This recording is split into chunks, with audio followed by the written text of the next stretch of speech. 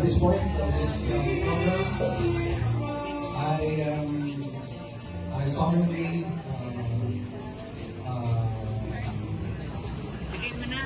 give you this label as a symbol of transition of leadership of our cluster. From us, immediate leaders, to you, let us create hope in the world leaders. Thank you and good luck. Thank you, DJ and Dan Torres. And I accept this label of responsibility with honor and gratitude. And inspired by your leadership, I pledge to serve and uphold the ideals of Rotary. Thank you so much for your trust in me. Thank you.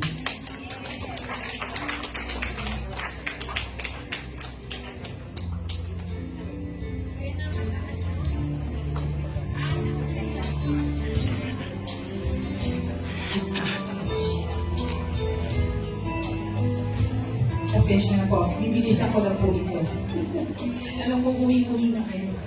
Dynamic Governor Andrew Sana, past and future governors, past Assistant Governor, now DG and Dan Torres, dynamic and hope-creating presidents and officers, members of Clubs of Cluster 1C, fellow Rotarians, ladies and gentlemen.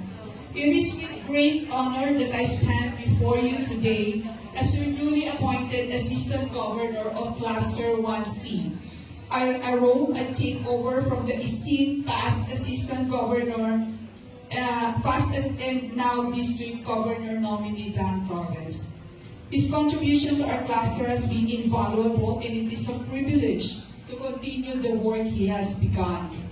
We've already kicked off this Rotary year on a high note with our first cluster project dubbed as Alaga sa Bagong Silang at Ina, conducted at the Baguio General Hospital and Medical Center on July 1.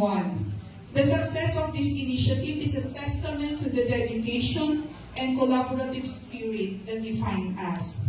Likewise, a few months ago, we were presented with a challenge. Our cluster was tasked with hosting the district training assembly at a very short notice, I think less than a month. Many might have faltered at such a daunting task, but not us, not Cluster 1C. We faced the challenge head-on, driven by the spirit of service that defines Rotary. The results, as all of you are aware of, were phenomenal.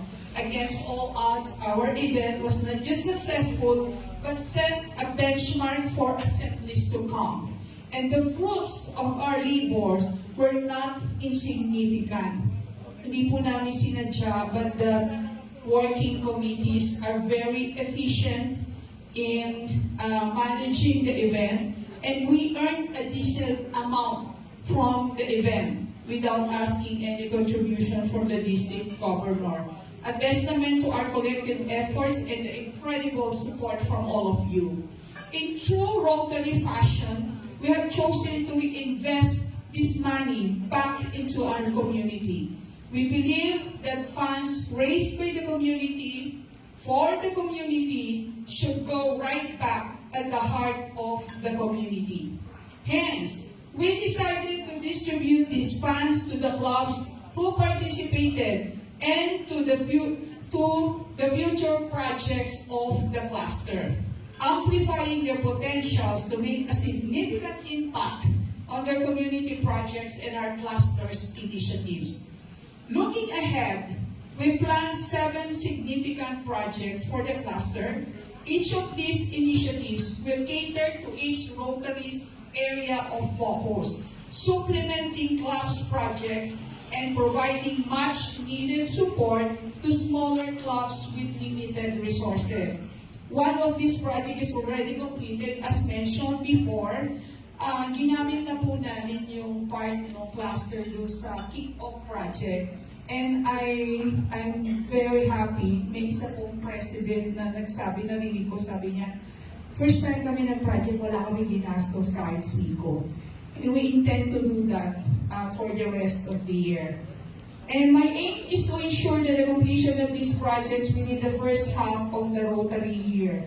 I encourage all clubs within our clusters to join hands and put in their best efforts so that we can fulfill the requirements for the Rotary citations in the next 6 months. Ginawa na po ito ng iba at kaya po natin gawin ulit. This would enable us to focus on deepening the bonds of fellowship in the later half of the years, echoing the vision of our governor to have a relaxed Rotary year. As your Assistant Governor, I am committed to supporting each and every one of you. Together, we'll strive to uphold the values of service, leadership, and fellowship. And of course, I cannot do it alone. I have to acknowledge and umpisa pa lang po, sobrang nagtrabaho na the hope-creating presidents. May I request the hope-creating presidents to please come in front on the stage to be acknowledged. Yan. Nakikita ko si President Annabel Estepa of Metro North. And of course, Baguio North, sorry. Naku, ano ba yun? Napagtugtog-tugtog ko na. Metro Baguio. Yan.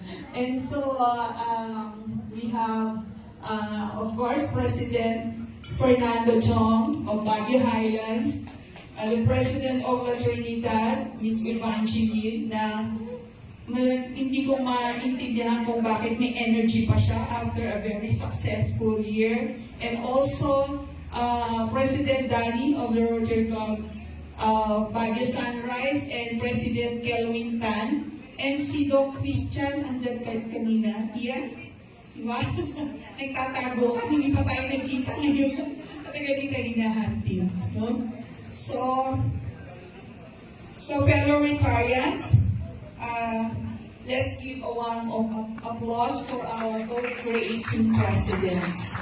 I feel with honor and enthusiasm to be working alongside such wonderful presidents. Thank you everyone for your tireless service and dedication. It is a privilege to serve with all of you.